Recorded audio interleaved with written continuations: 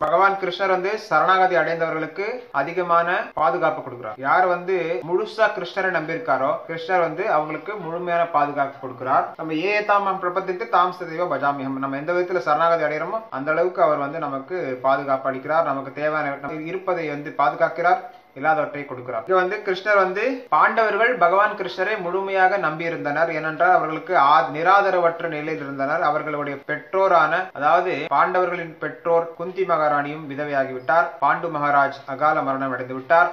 அவர்களுக்கு ஆதரவாக யாரும் இல்லை. அவரது பாண்டுவின் மூத்த சகோதரனான திருதராஷ்டிரனின் பாதுகாப்பில் இவர்கள் இருந்தனர். திருதராஷ்டிரனின் மூத்த மகனான துரியோதனன் பல்வேறு சதிகளை செய்து பாண்டவர்களை அழித்து விட வேண்டும் என்று பாண்டவர்கள், அதாவது காந்தாரியோட சகோதரன் துரியோதனோட மாமன் கூட்டு சேர்ந்து பாண்டவர்களை ஒழித்து விட வேண்டும், அழித்து விட வேண்டும் என்ற சதி செய்தனர். பல்வேறு சதி செய்தனர். அதில் முக்கியமான சதிகள் என்றால் அவர்கள் வீட்டை எரித்து விடுவது, வீட்டோட சேர்ந்து அவங்களை கொன்னுறது, வீட்டுல அவங்களை வந்து போய் தங்க வைக்கிறது, வீட்டோட சேர்த்து அவங்க கொளுத்தி விடுறது. அது அராஜக செயல். அந்த அக்கிரம செயல் அவங்க செய்தாங்க, சதி செஞ்சாங்க. பிறகு பீமனுக்கு விஷ பலகாரம் உணவுல விஷம் கொடுத்திருக்காங்க.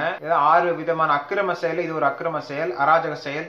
விஷம் கொடுப்பது, வீட்டுக்கு நெருப்பு வைக்குது, பயங்கர ஆயுதத்தை தாக்குவது, சொத்துக்களை கொள்ளையடிப்பது, நிலத்தை அபகரிப்பது, மனைவியை கடத்துவது, இதெல்லாம் அராஜகமான செயல்கள். இந்த எல்லா அராஜகமான செயலையும் இந்த கௌரவர்கள் பாண்டவர்கள் மீது செய்திருக்கின்றனர். இந்த மாதிரி அராஜக செயலை வந்து காப்பாற்றி இருப்பது பகவான் கிருஷ்ணர். அக்ரூரர் காப்பாற்றிருக்கிறார், பகவான் கிருஷ்ணரும் காப்பாற்றிருக்கிறார். மனிதர்களை உண்ணக்கூடிய ராட்சசர்கள் இருக்காங்க. இப்ப உலகத்துல பாத்தீங்கன்னா விதவிதமான மனிதர்கள் இருக்காங்க. தேவதைகள் இருக்காங்க, பித்ருக்கள் இருக்காங்க, அசுரர்கள் இருக்காங்க, அதுக்கப்புறம் கந்தர்வர்கள், அப்சராக்கள் இருக்காங்க, அதுக்கடுத்தது யட்சர்கள், ராட்சசர்கள் இருக்காங்க. ராட்சசர்கள் யட்சர்கள்னா பாத்தீங்கன்னா, யட்சர்கள்னா ஓரளவுக்கு அறிவு வாய்ந்தவர்கள், பரவாயில்ல, அவங்க ஓரளவுக்கு ஸ்பயஸ் பீப்பிள். ராட்சசர்கள் என்பது மனிதர்களை சாப்பிடக்கூடியவர்கள். யட்சர்கள்னா யட்சராஜன், குபேரன், அவங்க கொஞ்சம் ஒரு விதமான நல்லவர்கள் தான், ஓரளவுக்கு நல்லவங்க யட்சர்கள்.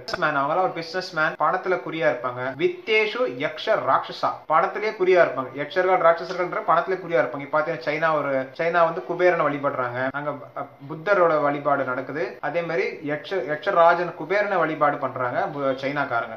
நமக்கு எல்லாமே எக்ஸ்போர்ட் பண்றாங்க இல்லையா, நமக்கு வந்து எல்லா பொருட்களும் சைனால இருந்து தான் வருது. ஒரு விதத்துல பாத்தீங்கன்னா பிசினஸ் மேன், அவங்க எல்லாம் பிசினஸ், பணம் தான் முதல். பணத்துல வந்து அவங்க லோன் கொடுக்குறாங்க, லோன் கொடுத்துட்டு எல்லாம் கேப்சர் பண்றாங்க. ஸ்ரீலங்காவையும் கேப்சர் பண்ணதா சொல்றாங்க. ஸ்ரீலங்கா பொருளாதார மந்த நிலையில் இருக்குதா சொல்றாங்க.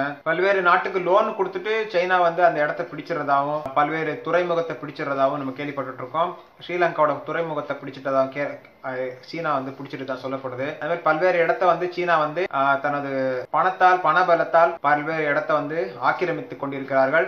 அதே போன்று இங்கேயும் பாத்தீங்கன்னா துரியோதனன் தனது பணபலத்தால், ஆள்பலத்தால் எல்லாத்துலயும் வந்து ஆளுகளை அங்க வந்து கௌரவர்கள் வந்து பாண்டவர்களுக்கு பல்வேறு தீமைகள் இழைத்து கொண்டு வந்திருக்கின்றனர். பணம் சேர்ந்துச்சுன்னா, ஆள் பலம் வந்துருச்சுன்னா என்ன பண்ணுவாங்க, அராஜகம் பண்ண ஆரம்பிச்சிருவாங்க. ஆள் பலம், சேனைகள் பலம், பணபலம் இதெல்லாம் இருந்துச்சுன்னு என்ன பண்ணுவாங்க, நல்லது செய்யலாம், 4 பேர் நல்லது செய்யுங்க, தான தர்மம் கொடுங்க, கோயில் கட்டுங்க, அன்னதானம் பண்ணுங்க, இந்த மாதிரி 4 பேருக்கு இலவசமா மருத்துவம் கொடுங்க, இலவசமா உணவு கொடுங்க, இலவசமா தங்குறது இடம் கொடுங்க, இந்த மாதிரி எல்லாம் பண்ணலாம்.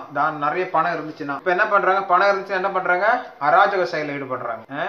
கோயில் இடிக்கிறது, கோயில் ஐயர்களுக்கு தொந்தரவு கொடுக்கறது, பிராமணர்களுக்கு தொந்தரவு கொடுக்கறது, பசுமாடு கொள்றது, அந்த மாதிரி பல்வேறு தொந்தரவுகள் கொடுக்குறாங்க. பணம் வந்துருச்சுன்னா, பண பலம் வந்துருச்சுன்னா என்ன பண்றாங்க, நம்ம மதத்துக்கு எதிராக இப்ப நம்ம யாரு வளர்த்து விட்டாங்களோ அவங்களுக்கு எதிராக செயல்படுறாங்க. இப்ப பாத்தீங்கன்னா நம்ம வந்து பெட்ரோல் டீசல் எல்லாம் நம்ம வாங்குறோம், நம்ம கிட்ட பணத்தை வாங்கிட்டு அரபு நாட்டுல இருந்து நமக்கே எதிராக செயல்படுறாங்க அப்படின்னு கேள்விப்பட்டிருக்கோம். அதாவது எல்லாரும் அப்படி இருக்க மாட்டாங்க, நிறைய நல்ல அரபு நாடுகள் இருக்கு, நல்ல மனிதர்கள் இருக்காங்க. ஆனா சில நாட்டுகள் வந்து நமக்கு எதிராகவே செயல்படுறவங்களா இருக்காங்க. இந்த பாகிஸ்தான், ஆப்கானிஸ்தான் எல்லாம் இந்தியாவுக்கு எதிராக செயல்படுறாங்க. அதே மாதிரி சைனா வந்து நம்ம கிட்ட வந்து பணத்தை வாங்கி நமக்கே எதிராக செயல்படுறாங்க.